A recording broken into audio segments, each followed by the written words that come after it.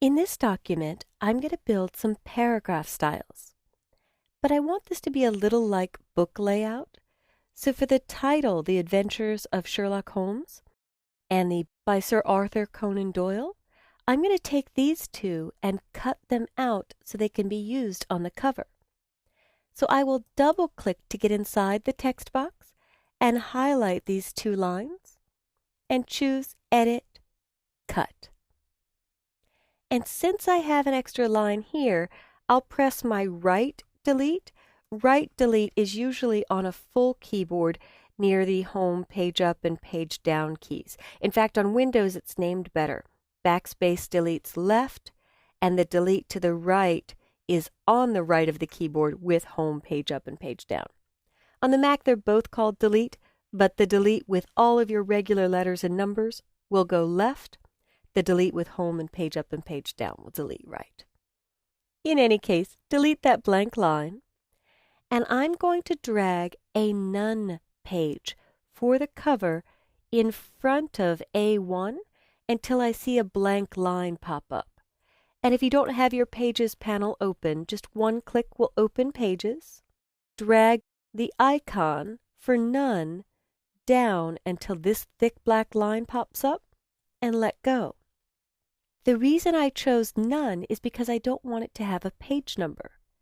And when we add page numbers, they're usually added to A master, and all of the rest of the pages in this file are using the A master. So when I add the page number there, it will be on every page with the letter A in it. Now I'm going to draw a text box, starting with that little baseline guide that fills my margins, and I'll choose Edit Paste. And I'm not going to format this yet. I'll do the cover later. With this video, I want to focus on doing paragraph styles.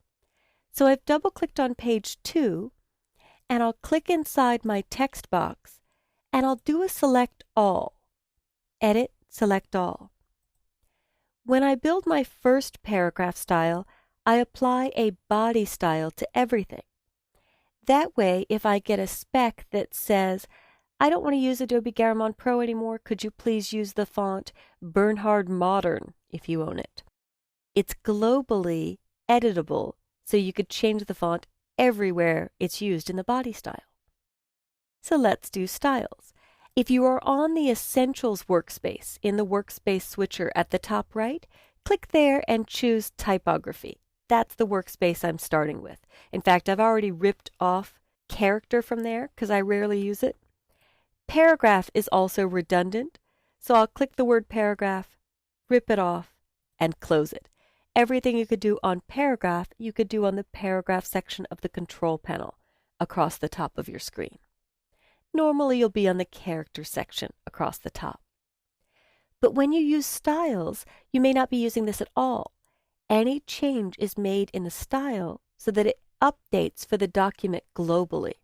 This is excellent for magazine layout, newsletter layout, book layout, anything where you have text that occurs more than once that you might like to control the style in. Even Microsoft Word has built-in styles, but I find they're rarely used. All right, you'll see we're using basic paragraph, but because I changed the font to Adobe Garamond Pro in this file, and I added the space after, this plus sign means that it's impure. It's not following the generic rules of basic paragraph. That's okay. I don't want to click on it, and if you have, you just undo. I want to build a new style. And to build a new paragraph style, I'm going to go to the Panel menu. The Panel menu is the 4 little lines with a down arrow, and every panel has one.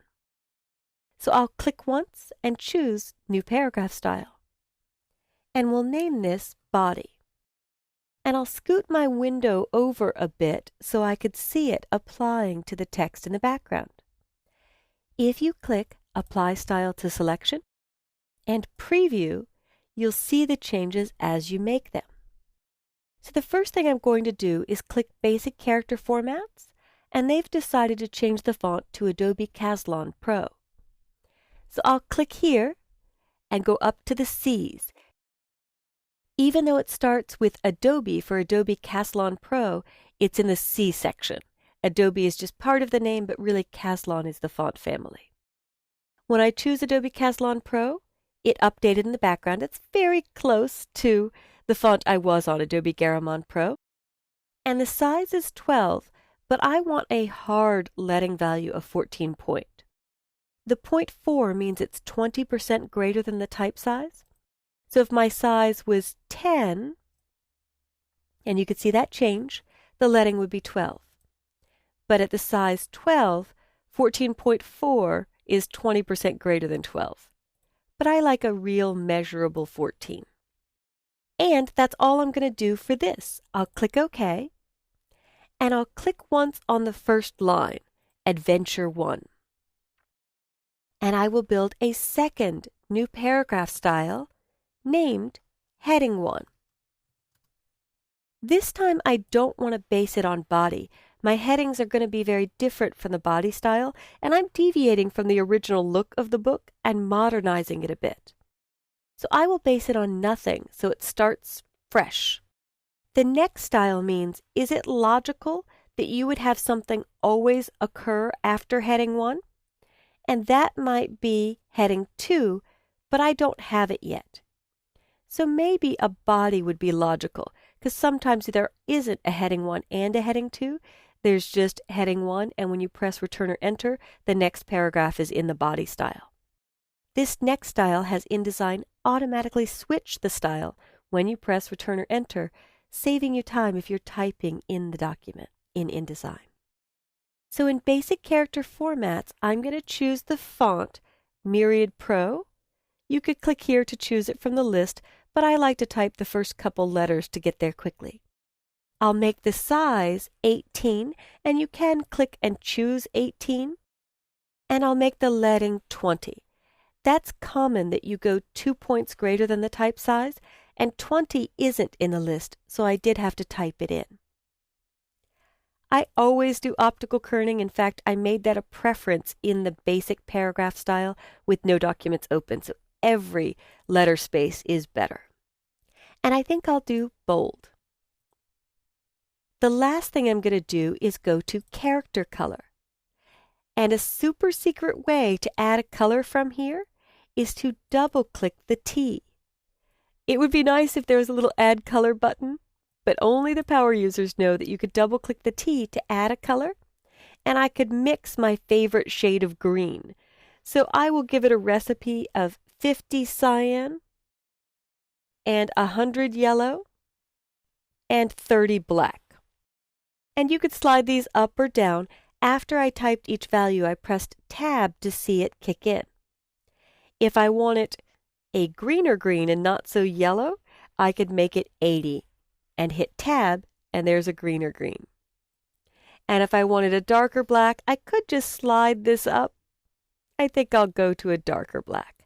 So before I click OK, I've got 80 cyan, 0 magenta, 100 yellow, and 50 black. I call this cooking color. I learn recipes for my favorite colors and learn how to build them. And most of the print world uses CMYK, cyan, magenta, yellow, black.